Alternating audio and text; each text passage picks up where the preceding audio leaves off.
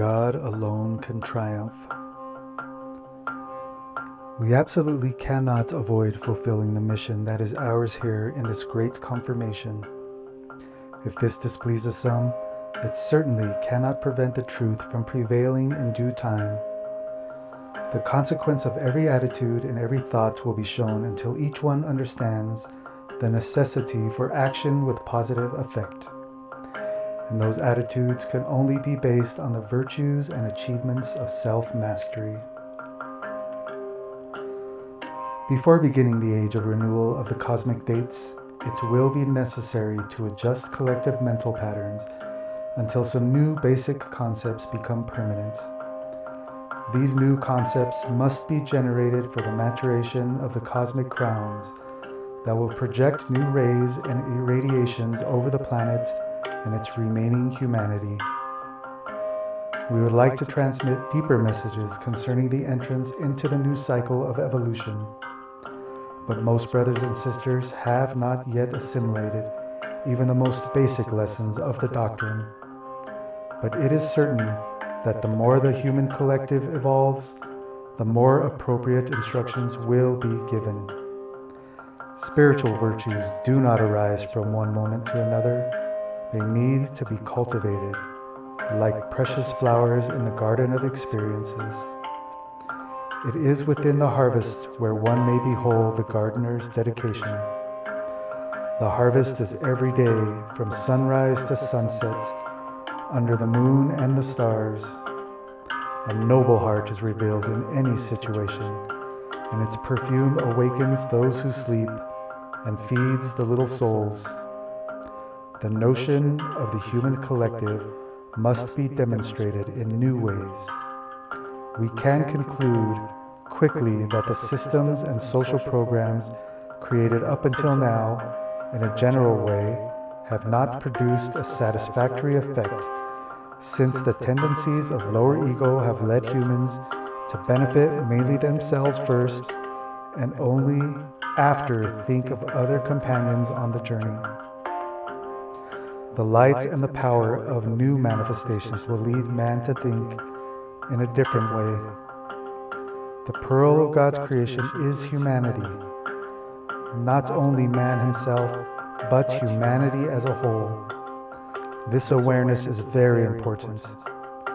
Victory will only be complete when the entire generation of spirits who are part of this humanity are guided satisfactorily toward a happy life, which will be a result of real evolution. For this, social structures need to change gradually. Again, we find ourselves in a time when it is necessary for courageous, pioneering, and adventurous men and women to come forward, not to increase the boundaries of countries, but to master themselves, to know themselves intimately, and to have the courage to believe that I am what the Creator is, and in the same way so are all human beings. We walk and we learn, and we must not fail to understand the lessons that each step gives us.